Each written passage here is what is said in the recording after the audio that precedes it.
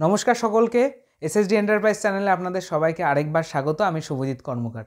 আজকে সবার প্রথমে নতুন প্রজেক্ট কল্যাণীর B1 ব্লকে হচ্ছে। সেন্ট্রাল পার্কের সামনে 9 নম্বর বাস স্ট্যান্ডের কাছে মেন রোডের ওপরে ডেমোলিশিং পিরিয়ড চালু হয়েছে। মাত্র কয়েকদিন হয়েছে প্রজেক্টটি নেওয়া হয়েছে, এখন ডেমোলিশিং পিরিয়ড চলছে। যারা যারা খুঁজছেন যে 2 BHK 3 BHK নেবেন, অনেক ফোন এসেছে আমার কাছে যে দাদা এখন আর আপনারা 2 BHK করছেন না, তো তাদের জন্য বলে রাখি 2 BHK করা শুরু হলো।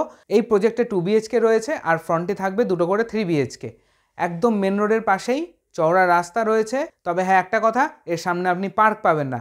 তবে সবথেকে বড় ব্যাপার, সামনেই আপনি পাবেন পিকনিক গার্ডেন, মানে সবথেকে বড় পার্ক। যাই হোক, প্রজেক্টটি একবার আপনারা দেখে নিন। এই যে দেখতে পাচ্ছেন, এই বাড়িটি এখন ডেমোলিশিং পিরিয়ডের মধ্যে পড়ছে। এই জায়গাটাকে পরিষ্কার করে এখানেতেই ফ্ল্যাট হবে। সামনেই দেখতে পাচ্ছেন যে পুরো রাস্তা রয়েছে, চওড়া রাস্তা। এটা বাস স্ট্যান্ড, একদম বাস আপনার বাড়ির সামনে দিয়ে যাবে। আপনি বাড়ির সামনে থেকে বাসে উঠবেন এবং নিজের গন্তব্যস্থলে পৌঁছে যাবেন।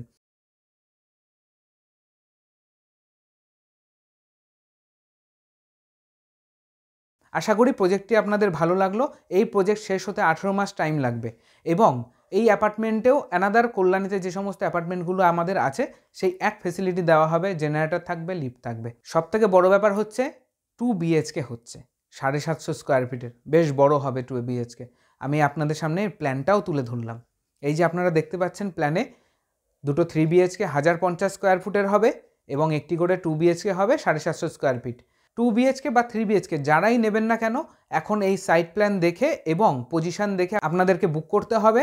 আমাদের যে সমস্ত রেডি টু মুভ ফ্ল্যাটগুলো আছে সেখানে অনেক কাস্টমার এসেছে, এসে দেখে গেছে। দেখার পরে একটাই কথা বলেছে, দাদা এই পজিশনটা পেলে আরও ভালো হতো। তো তখন তাদেরকে আমি একটাই কথা বলি যে আপনারা সবসময়তে আন্ডার কনস্ট্রাকশানে আসুন। তো এখন সেই সময় এইরকম পজিশানে বাস স্ট্যান্ডের পাশেই এরকম পজিশানের যে প্রজেক্ট হচ্ছে, আপনারা যারা যারা এই ভিডিও দেখছেন কল্যাণীতে কিনবেন বলে ঠিক করেছেন, তারা দেরি না করে আসুন, সাইট প্ল্যান দেখুন, ফেজ দেখুন, দেখে আপনারা ইনিশিয়াল পেমেন্ট করে বুকিং করে দেন।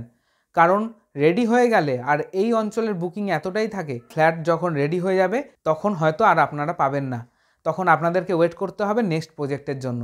তো যাই হোক, আমি মনে করলাম যে অনেক কাস্টমারের ফোন নাম্বার আমার কাছে সেভ থাকে না, তাদেরকে আমি জানাতে পারিনি, তাই এই ভিডিওর মাধ্যমে জানতে পারে যে প্রজেক্ট নতুন স্টার্ট হয়েছে।